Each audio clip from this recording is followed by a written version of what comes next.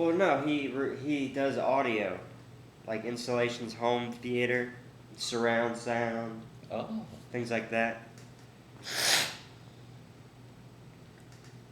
I see myself in there. Yeah, it's a camera.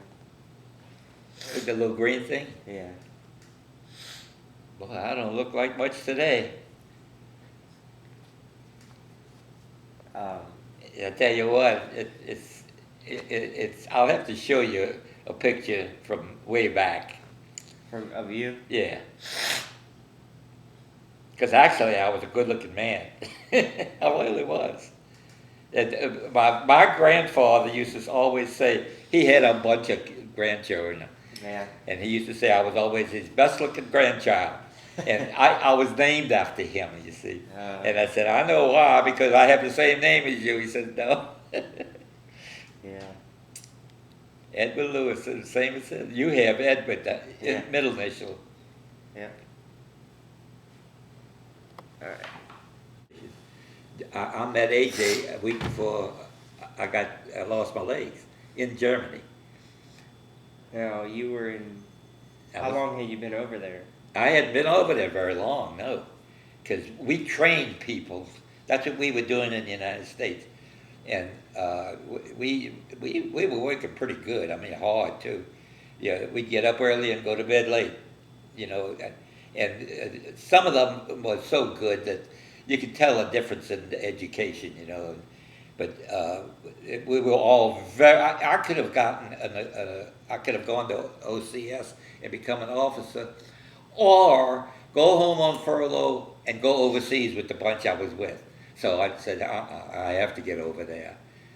Yeah. And so he said, well, you're not going to be able to go to OCS? And I said, that doesn't make any difference to me. The difference is I want to be involved in the war, you know.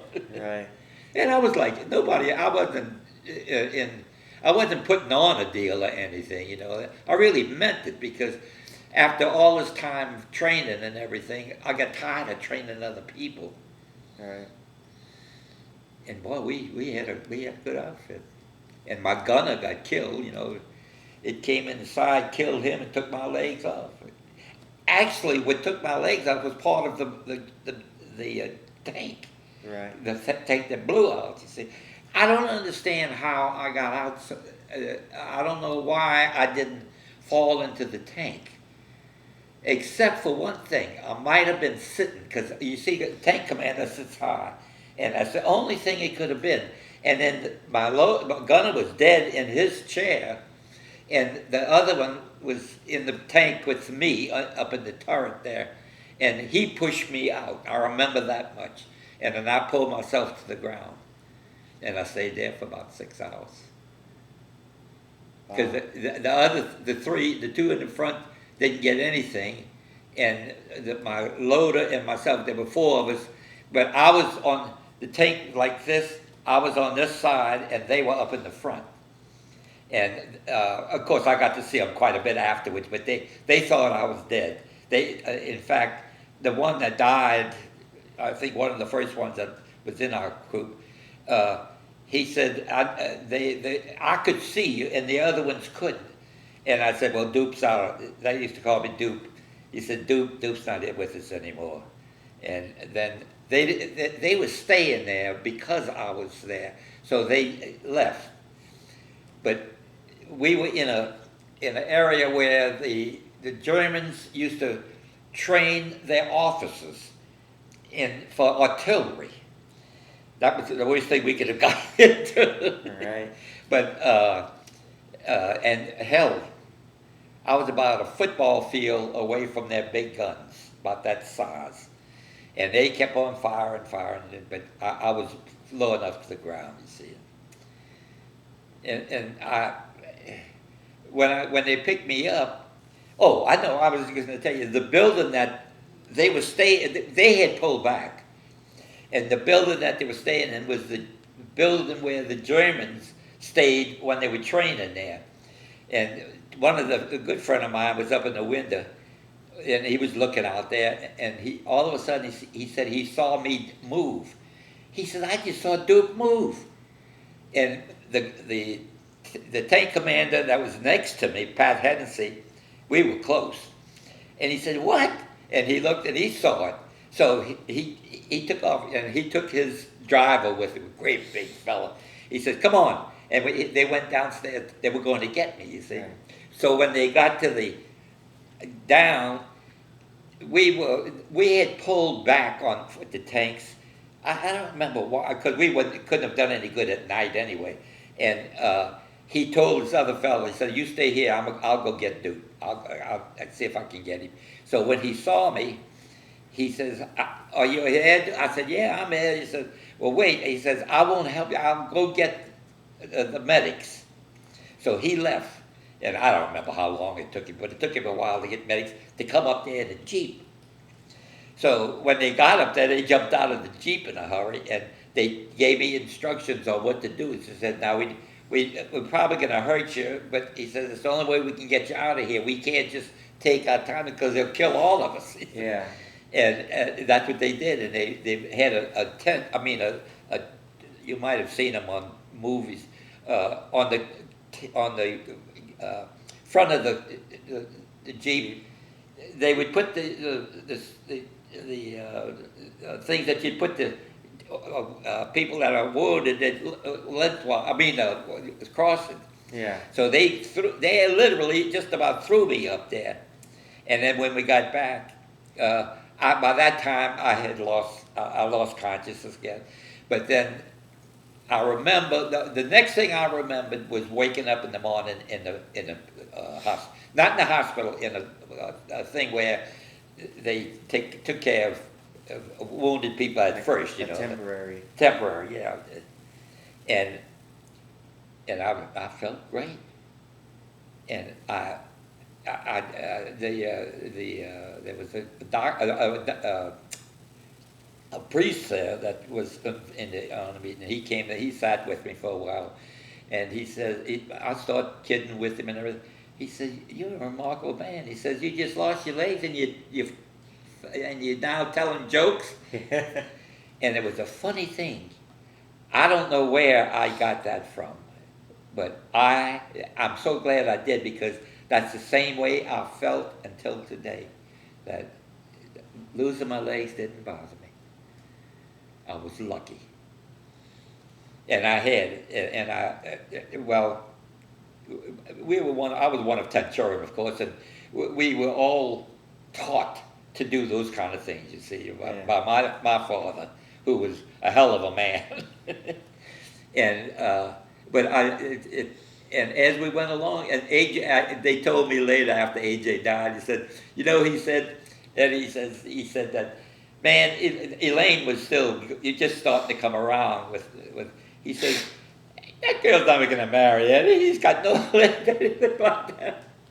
And I don't even remember, why I felt that, well, we get married. Right. But that was a hell of a thing for her to do, you know. So you knew her before the war? Not yet. Oh no, not yeah. I did. I knew her before, but I didn't know her that well, because she was living in Abbeville, you see. Right. And how we met her,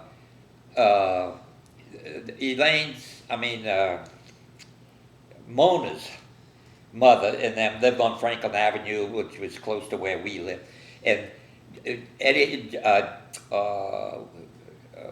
this is where I lose names and everything. Charlie Reamer we were bumming around at the time, and at Yvonne's, now that's Mona's mother. Right. Yvonne called us and said, Elaine and her girlfriend were visiting there, and called and said, "Why don't you two bums come over here and pick these girls up and take them out to the park or something?" So we did, and Elaine went with Charlie and I went with the other girl. And then Elaine told me, says, I told her, I said, "I ain't going back with that guy." I said, "I'll take the other one." Lord, we've had a hell of a life, though. We've had a good life. So, How long did y'all continue to talk for? Oh well, not that long. And she went back to Abbeville, and then she came back again. And we used to have truck rides in those days. We'd go to St. James, right where I used to live up in there, and we'd go around the lake and into the state park over here. And we used to do that often. We put in, and but my daddy was running an outfit. He was in charge of all the tanks. They had these big long tanks, and he let us have one of those to come over, and we had a good time over there. And well, I'll tell you one funny thing too. That was in the camp over here where there's a river that goes through there, and when we got there, half of them were on the other side on a little wharf. Right. And I told Elaine, I said, well, come on, I'll go by you, I'll watch you swim over there. She says, okay. So we got to the end, and then we both jumped in. Man, she was gone. Yeah. I said, wait, come get me. Because she did nothing but swim every day where she lived. Right. Did you ever go to her house? No, I don't guess you did. Because she lived right across the street from the city park, which didn't have fences or anything, and it was only for white people at that time. Oh. No, you had showed me where you had used to live. Oh, almost there, yeah, by the school. Right. Yeah, it's been quite a life. It's remarkable how lucky we are that we both live it. I don't know what would happen if Elaine would die. She don't know what she can get along a hell of a lot better than, because she takes care of me, cooking and that kind of stuff, you know. And she's only 3 years younger than me. So she's 85. Ain't many of them that look like that at 85. Oh, no, not at all. She looks good for her age. Oh, God, she looks good for any age. Yeah. That's true. Oh, we have our spouts every once in a while, but we both have the same feeling about that. We might argue about something, but as soon as it's over, that's it.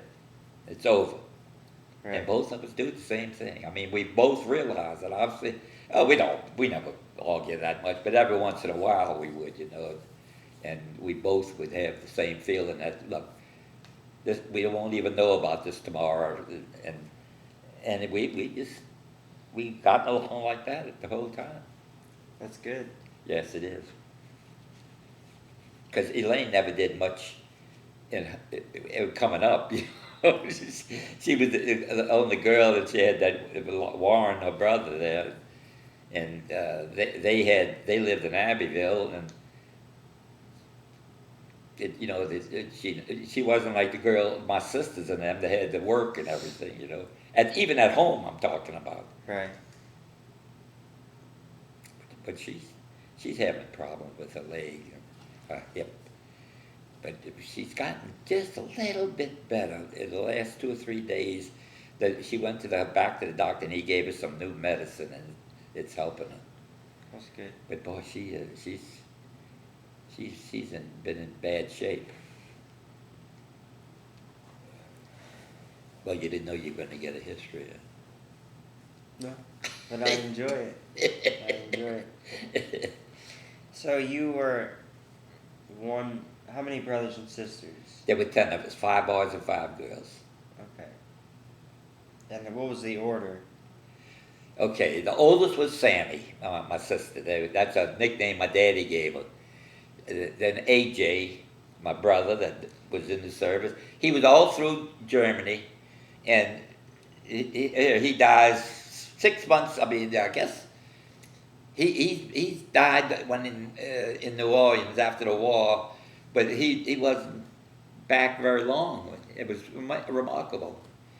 And then let's see, Sammy, AJ, Marguerite was next, and then I was next. I was the 4th. And then Hilton was, and Jerry too. Yes. Jerry's not well right now, but he's something else though, man. He has really, everybody knows him because he used to call for all of them for their dancing. you know, what do they call square dancing. Right. Oh, he was well known. He square danced all the way to California and everything else. You know, he was really good, and that's all he could do. But he was. I'll have to show you pictures of him. He came into the service right after World War II, but he went into the whichever, I forgot what war came next. But anyway, they made him. He had to jump. He was a parachuter, Right. and he had to jump before everybody else, so that they know it was safe for him to not jump. He made 50-something jumps, and everybody knew him, of course, Right. and they all thought he was crazy. But man, he loved it. And then Hilton went when he went to service. They sent him right over to the Pacific, but that war, he didn't have any war, you know. But he got over there right away, and then I guess, let's see, Jerry. Well, Jerry, that's what I'm telling you. He jumped. So, and who is after Jerry? Mickey. Mickey, and then after Mickey. That's all. Mickey was the baby. You see, there was, let me see, Sammy, AJ, Marguerite, me, Hilton, Evelyn, Betty, Richard, Jerry, and Mickey. Okay. That's a lot. That's Yeah. a whole handful. And my daddy and mother. And my mother, you know, she used to say, "You don't stop, I'm going to tell your daddy." But she was the one that was so tough. It wasn't my dad. Right. She was, but she was only about that big, you know. Boy, she was something. Yeah. In the street we lived, they had a lot of kids there too, but my mother pulled all the baby kids, all the kids' teeth. The mothers wouldn't pull them, and they come to bring them to Mama. We used to call her Mama. Mama and Papa. Yeah. They'd call her and says, "Miss Duplantier, would you pull so-and-so's tooth or teeth?" Sure, bring them over, Mender. And then another thing she could do, when after this, all 10 were living now. She used to. My daddy always had everybody doing exercise and learning how to do things like run and jump and all that. Well, this one day, the girls were running, so my mom got in it, and they'd run all around the block, all the way around the block. Well, man, she came in one square before all the rest. She was a character, though, man. Jesus, she was really something. And she everybody that knew her, she was something else. Now, my daddy worked hard at the church, you know. He'd come home sometime. The only thing he couldn't do was ever read the newspaper until he was finished with it. Because that cost a nickel. Yeah. That was expensive then. Lord. It's interesting even talking about it to me. I can go way back with all that stuff. And I remember one day I had a fight in school. Eddie Boudreaux was my age and lived 2 houses from us. And somebody was picking on him, and he just wasn't the type to fight, you know. So, man, I stepped into it, and we really went with it. But the funniest thing I wanted to tell you is when we got home, of course, all of us went to St. James School right there. They can't wait for Daddy to tell him that you got in trouble. And they told Daddy that I was fighting. And he said, "Well, who won?" He said, "Well, Eddie was hitting him all." And he said, he pulled out a quarter and he says, "Hey, y'all." And man, all the that was it. It's funny, that stayed in my mind for 60-something years now. Yeah. Almost 70 years. But you never know when you're going to do something like that for a child, you know. All right. He didn't want any of us to just to fight, but if you had to fight, then you fight, you know. All right. Well, we had an advantage too that all of them knew that we lived right across the street from the school, and there were 5 boys in that house, Right. all different ages. Yeah, that makes a Oh, difference. yeah. And then my older sister, she wouldn't take anything from anybody, man. Boy, could she play ball too. She's still living. Yeah. She's 94, I think. Yeah, where does she stay now? I don't know. I really don't. I don't know who she. Well, she's with one of her kids Was in it Texas. Lafayette? Or No, Texas? she's not in Lafayette. She's in Texas somewhere. Oh, okay. Where are you going to be in Texas? Houston. Where? Hopefully Houston. Houston? Houston. I may have to find out because they'd be wonderful people to know. You know? Yeah. Oh, I hadn't seen her in years. Oh, you remember? Oh, yeah. Well, I haven't seen her in years either now. Yeah. Because Sammy and I were real close. I remember she used to come over all the time. Yeah. Oh, that's right. Yeah. She used to stay the weekend with us Yeah. quite often. Yeah. Well, that's brothers and sisters, you see. Yeah. So then y'all all went to St. James? Yeah. Now, When did y'all split? when we went to high school. Okay. Now, AJ went to Holy Cross. I went to Holy Cross, the high school. Right. And let's see, Hilton went there. And I guess all 4 of us went there. I don't remember. I can't put it right now. Well, it doesn't make much difference, but we, well, I was going to tell you something about that, though. Something else. I don't tell lies, so even though it sounds like a lie, I ain't lying. So you paid your own way to Holy Cross, right? Yeah. $4 a month it was. And I worked in a grocery store. But my mom would buy our underclothes and our shoes. And what else you wanted to wear, you worked for. Right. And I was driving an oil truck, not ice truck. You remember? I don't know if you remember that. That's probably before you. The trucks would open in the back, and they'd pile these big full pieces of ice in there, and you have to chop. If they wanted 25 piece, 50 piece, you had to. And I was, let's see, I must have been about 12 years old when I was starting and driving that truck at about 14. Because the guy that owned the truck in that route, it was a very close friend of ours, and he was Sammy's age, and he played ball too, but Sammy was well known for her. She played on one of the teams that, where in those days they used to have all different teams all over the city, right. And Sammy was one of the real good when she was a catcher. And boy, she could hit that ball. Now AJ was too. AJ was he was the best athlete. I don't know why, but I know Jerry was pretty good too.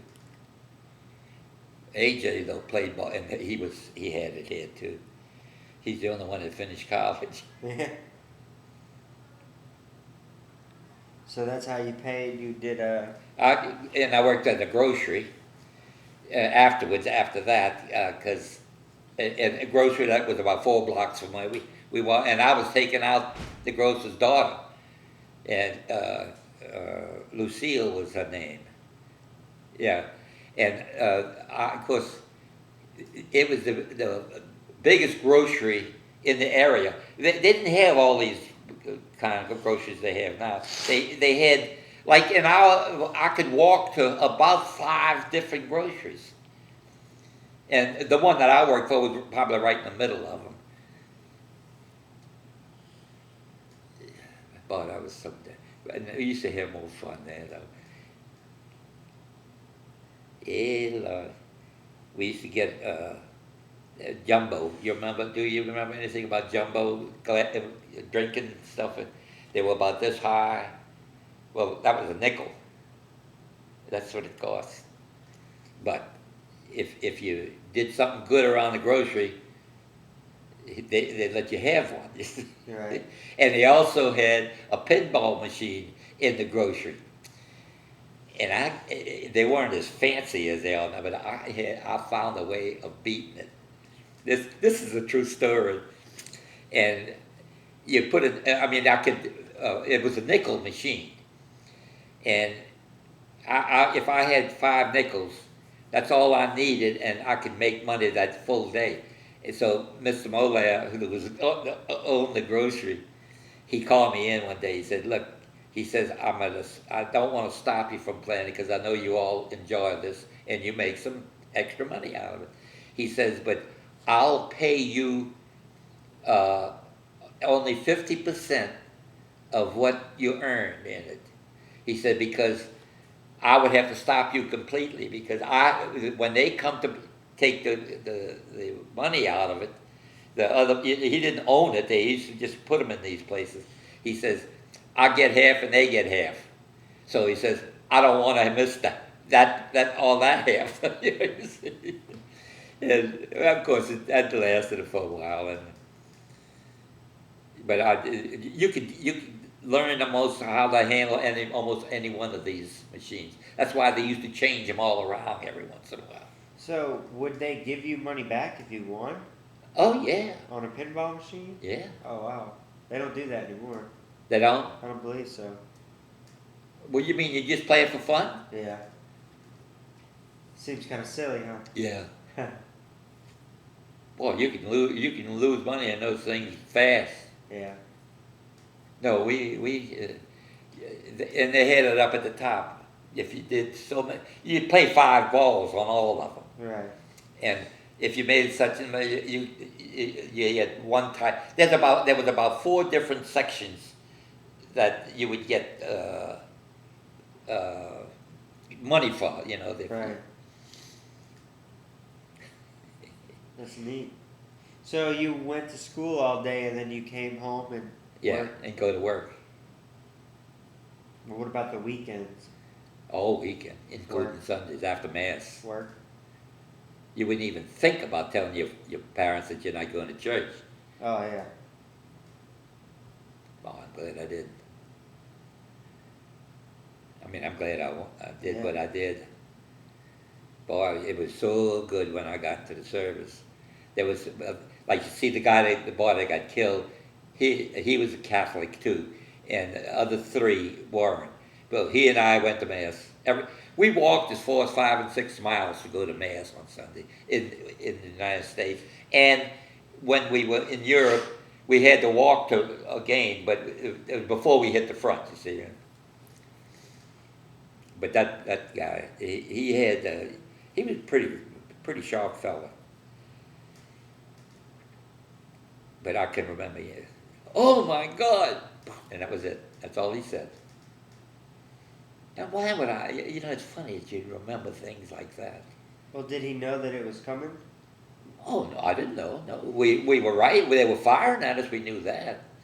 But they had a tank. I mean, not a tank, but a ground mount, big. The big gun, the ones that are big, and they hit us. We were pointing. We were going this way, and they were over here, and they hit us like right here. No, we didn't. We didn't know.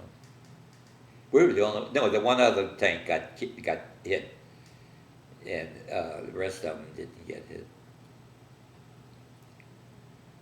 So how long did y'all battle on that one spot? That one day, that only, because the next day the Germans had just about moved out, but the ones that didn't, they took as prisoners, but the fighting, the actual fighting was over the next day. And how long after did the war end? Well, that was almost. It lasted another week in Germany. And then that's That's it. all. But down there, it was over. It was the Russians were coming from the west. Yeah, they were coming from the west, and they they kind of went a little north of where we were, and that they took Berlin. We let them. They stopped us from going into Berlin because the Germans wanted to take Berlin. That's the kind of things. We were at that point. You see. Right. But the Russians wanted to take it. I mean the Russians. What did I say? The Germans. The Russians. Yeah, the Germans wanted to keep it. Yeah. It's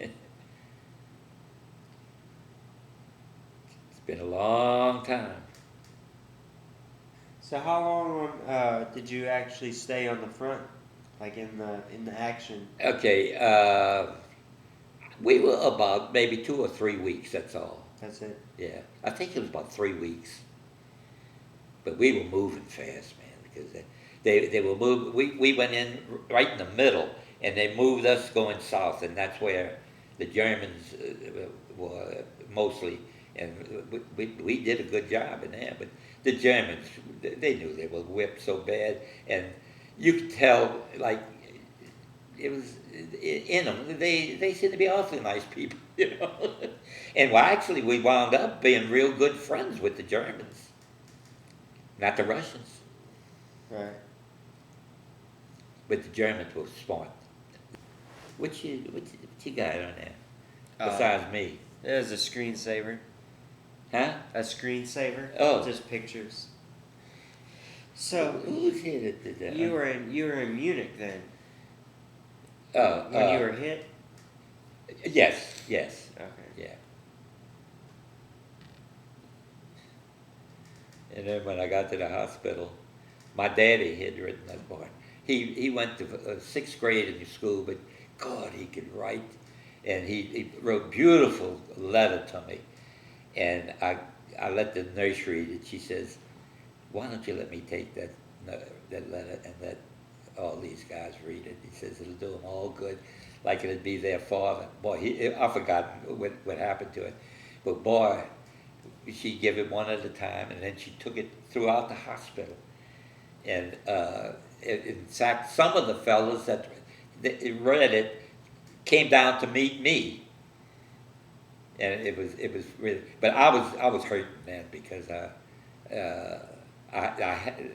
they wrapped me good with, and I didn't lose those pieces until after I got back. You know, all the wrapping, and boy, it was tough.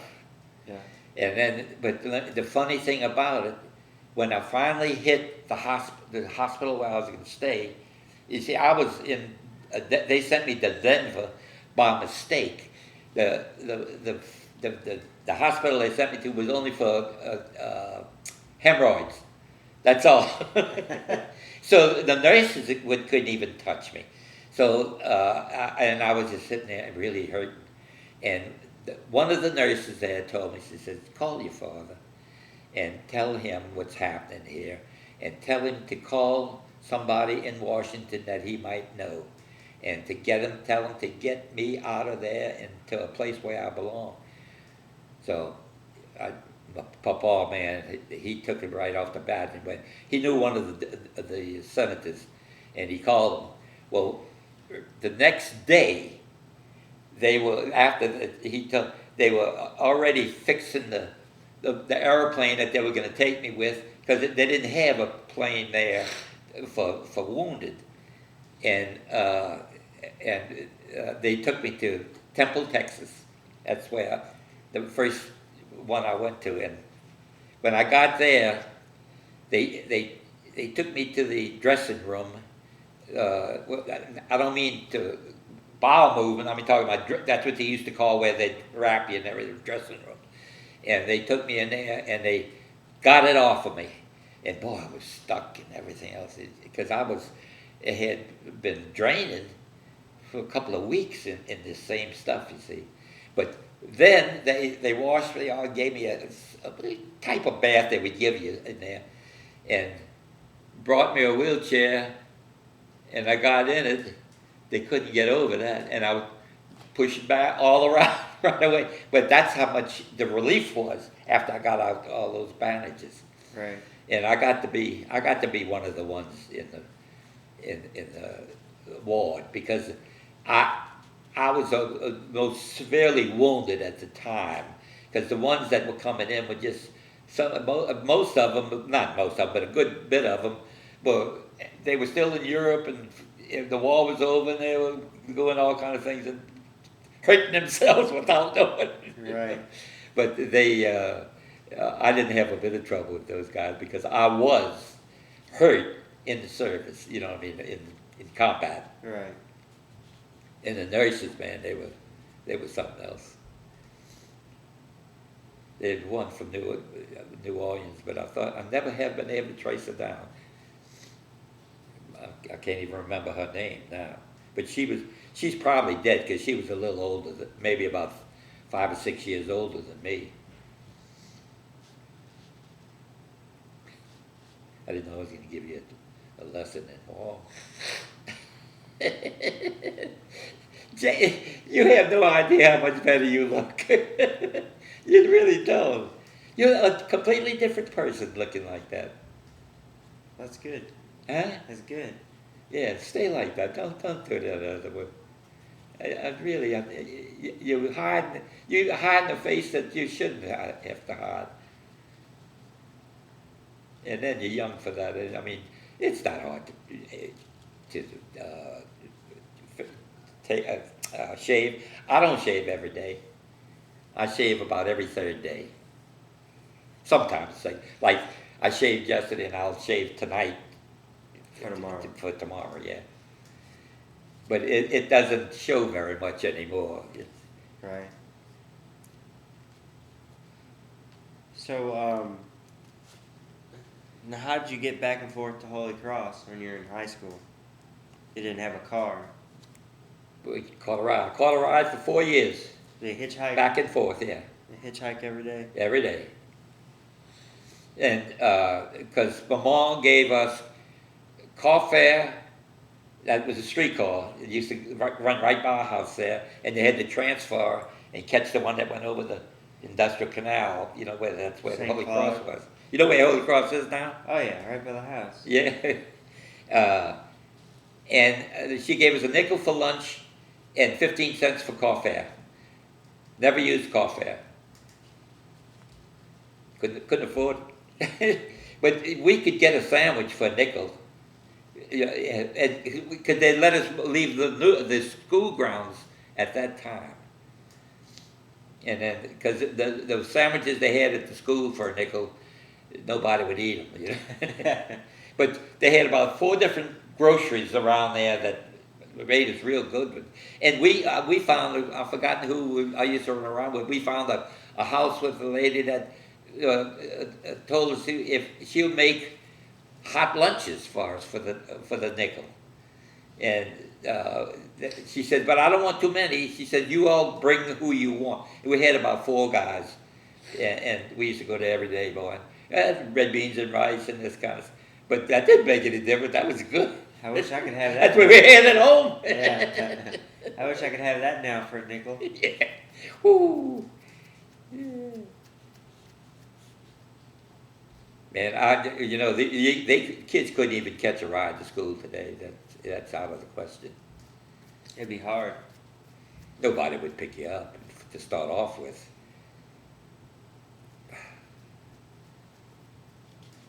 And man, we had a group that used to catch rides. Yeah. We had to walk about half a mile from the school of Holy Cross to the highway. Right.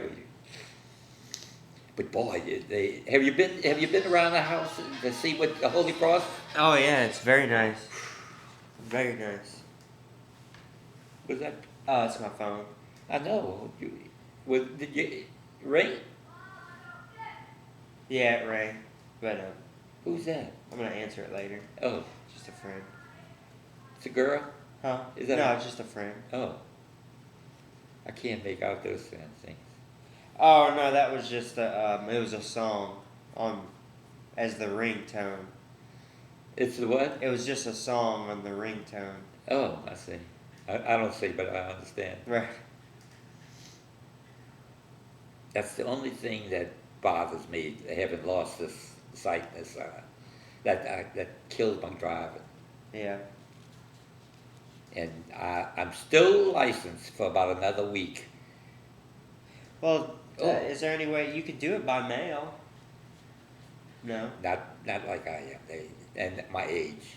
They don't like to give people that age driver's license. Right. I don't blame them. But you know what I'm gonna have? You know what I'm gonna have you do today for me? What's that? Go out to the car and start it, because we should start that car about once a week. All right. That's no problem. No, you know where it is. I'll go out there with you, just so I can get out of here once in a while. Yeah. That out there, thank God, the fella that owned all this and built it all was a good friend of mine. Yeah. I guess you knew that. You Yeah. had heard that. But he died before he made the thing he promised me, this little porch out here. But one day I saw one of his sons out there. I said, "What you gonna do?" He says, "We're gonna give you the porch that our daddy told you he was gonna give you." In about 4 hours, they had that thing finished and they were gone. That's nice. Oh man, I have to get out sometime. Yeah. Right now, you see, I'm glad you're here, because I don't ever get to talk to anybody. Except, and Sugar don't talk to me at all. Not that she don't want to. She said, I said, "But you talk to everybody." She said, "Yeah." I said, "I know, but you got to remember, when I don't talk, what can I tell you that we haven't said 100 times?" You know? Yeah.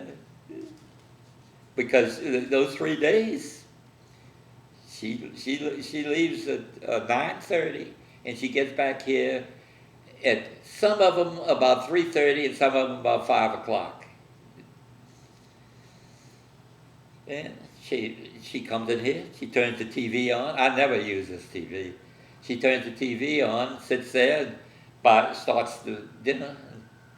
But we don't eat till about 6:30, 7 o'clock.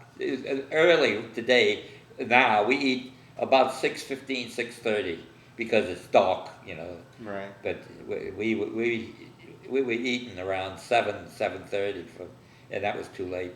Of course, it wasn't too late for her, because by the time she got home from playing bridge, and incidentally, she is every time they have about 40 tables where she goes to play. It's the Bridge House. Right.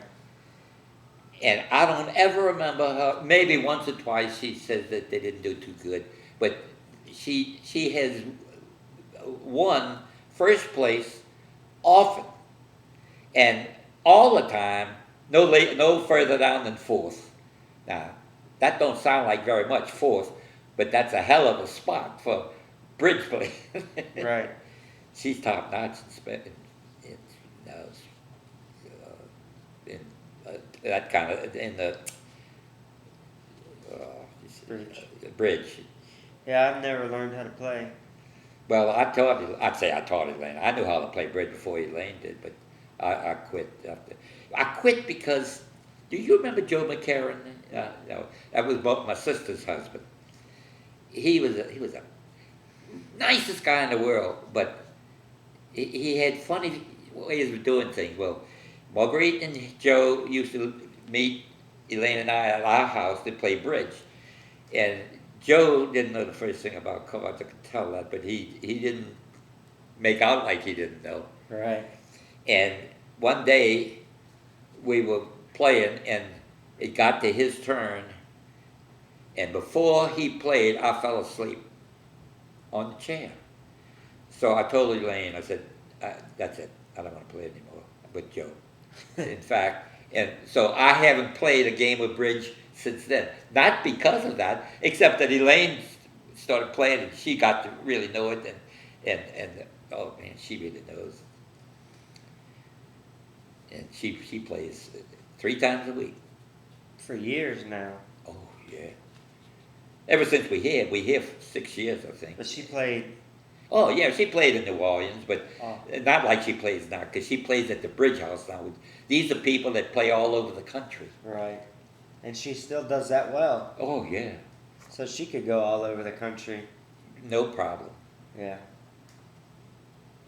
And her name, it doesn't even come up because of that. You see, Right. But they all know her. They all know her. I guess. Yeah. And she plays with a different girl, different woman every time. And there's about 5 of them that she plays with. Of course, we know them all well. Right. They all came up at the same time as Elaine did in bridge, and they all real good. I'd like to go and watch them one day, but they don't like that. Not too much. Yeah. I guess it's all women that play, right? Oh, no. No? Oh, no. Some of the finest bridge players are men. I didn't know that. Oh, yeah. And I mean, they play. They don't fool around. Right. We knew a couple of them. There's a lot of doctors that play there, and there's a lot of people that had. I know how that happened. They had a lot of money, and they didn't have to work, and they played bridge. And I guess they worked a little in their family, or something like. But they're all good bridge players, and they awfully nice people. So well educated too, men and women in that. Elaine probably most undergraduate person. No, there's a couple of the other ones that play with her. Did she go to high school? Oh yeah, in Abbeville. Oh, then she went to college for a little while. She did get maybe 2 years of college like I did. All right. So I got about a year and a half of college. How old were you when you got back from the war? 20, let's see. I guess about 23, 24. About your age right now. So how long were you in the service altogether? 4 years. 4 years? Yeah. So you went in when you were about 18? Yes. Yes. And then how old were you when you and Shuggy got married? I guess 26, I think. And well, I don't know. I'd have to look it up. But we weren't. It wasn't long after I got out of the service. So. A few years?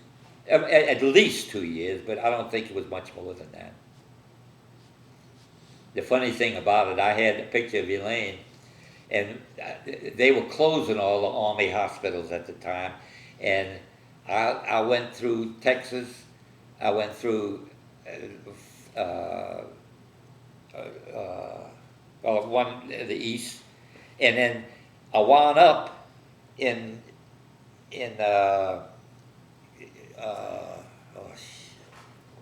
way up north, some state I can't even. If I look at it, I know it. Now, what the hell was I going to lie about?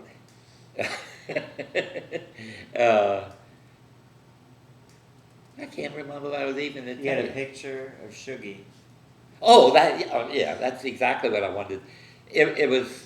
I had it on my bed, on the table, and a guy came over to talk to me. He said, "That's my next door neighbor from Abbeville." Really? That's funny. It really was. What was he doing there? Well, he had been wounded in the service. Almost every guy got wounded. In some way. AJ didn't show it, but I knew he had gotten a slight wound. He didn't. I don't think he even. Well, he didn't want to.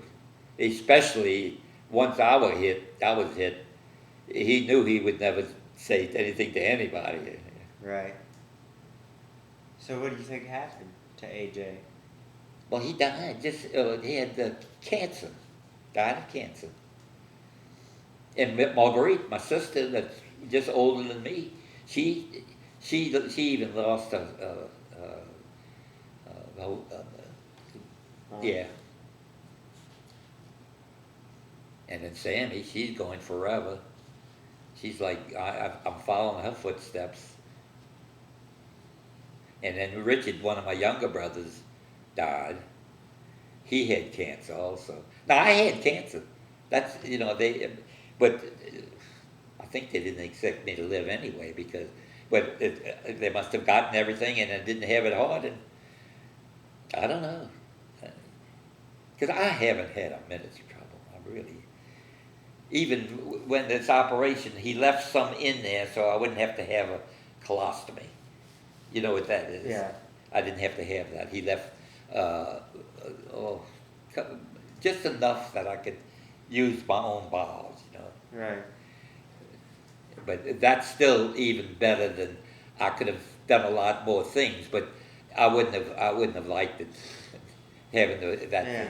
But yeah, I would have gotten used to it just like I got used to this. All right.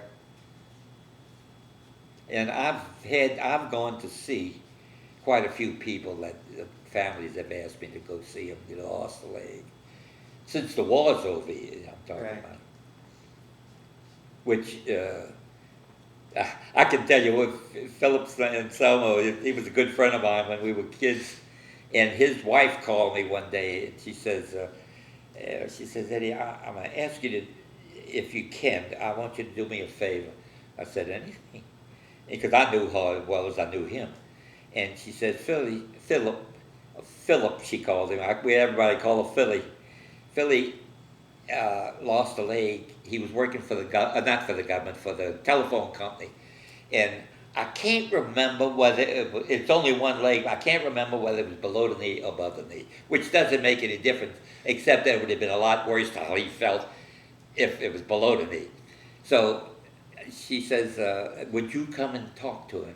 She said, because I heard you doing quite well with both legs off. I said, yes, I'm very lucky. Anyway, I went there the next night or a couple of nights afterwards, and his wife was in there, his mother, his neighbor. There were about 6 people in there. So when I got there, I walked in and introduced myself, and the wife is really the one that introduced me to everybody. So I said, I hate to tell you all this, but I can't help him with you all in here. You're going to have to get out. So they got out. And Philip, I jumped up on his bed, because I had my legs on, my artificial legs. I got up there and I pulled them off. And he said, what you doing? I said, I want you to see that I'm not going to tell you something that I don't know. And I said, I know what you need to do. And something to that effect anyway, you know. So I could see him, tears starting to run, you see. And I said, let me tell you something, Philip.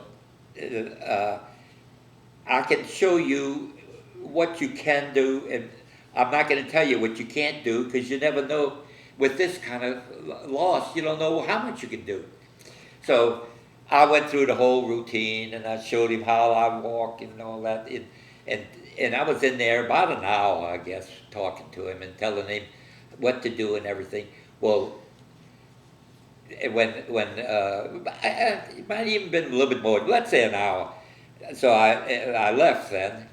In fact, she walked down to our car with me, because I didn't need help, but I was afraid if I did fall or something, you know, somebody would be there. Anyway, the next day about 2 days later she called me. She says, Eddie, you're not going to believe this. He says, you were no sooner gone than we saw a complete change in Philip. She says, yeah, you couldn't have done anything any better. I said, well, I know. I said, I had to tell him what it is and what it isn't. And she says, I know. And he enjoyed, because we used to play ball together here, you know. He says, he remembers you all always had good ball games and that kind of, he says, but seeing you with 2 legs off made him feel silly that he was gonna commit suicide because he couldn't live with 1 leg. And it was true. This is what he thought. He says, I can't. He was a hell of a ball player too. And he says, if I couldn't play ball, I didn't want to live. And I said, well, he says, you'll still be able to play ball. And I know he did. Now, he wasn't on some of the teams that he would have been on, but he played ball. They used to live around the corner from us on Jasper Street. And they had a butcher shop there. Oh, Philip and Selmo, that was his name.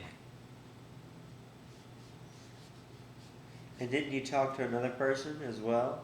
Did what? Did you talk to another person as well years later? Oh, I'm sure I haven't. I haven't. Did I talk to somebody? Yeah. Oh, yeah, I talked to other people. Yeah, I talked at the schools. I talked to 3 different schools, and the first one I went to, I can't. Mickey's the one that got me to go there, and it was all girls, and man, they asked questions like crazy. And when I went in there, I said, well, how long do you want me to talk? She said, well, don't talk past 15 minutes because we have to go. Well, we were still talking at 40 minutes. And when she was trying to get the kids to stop asking questions, I was standing up at the time. So I sat in the chair, and they all came around the chair. All the girls, not all of them, but they were 3 or 4 deep. And she said, well, I don't know what I'm going to do because I have to have these kids. I had to have them where they have to go, she says, about 15 to 20 minutes ago. I said, well, they won't bother you, I'll bet. And she says, I hope not. She says, I wish we would have figured 2 hours instead of 1 because I went from the beginning to the end. They wanted to know all different kind of things. You know, one of the main things they wanted to know right off the bat, what did you eat? What did you eat all the time? I can understand that. They figure we on the front line or something like that. What would you eat? Then I went to one of them that had boys and girls. And let's see. And I went to your school too. Right. I forgot that. That's right. I did talk with your bunch. Well, they were kind of cutting up at first, and then I think they stopped. And You talked. I gave them a long talk. The 2 women. That's why I told them to put me on last because they wanted me to go right away. I said, no, put me on last. And I knew because I had run across that before. The women weren't. That's not what the kids wanted to do, especially the boys. But I remember they quieted down and they did pretty good, I think. Yeah. I don't know what they told you afterwards. Well, they liked it. I forgot that you were one of them. Yeah. So you see, I wasn't lying. No, no.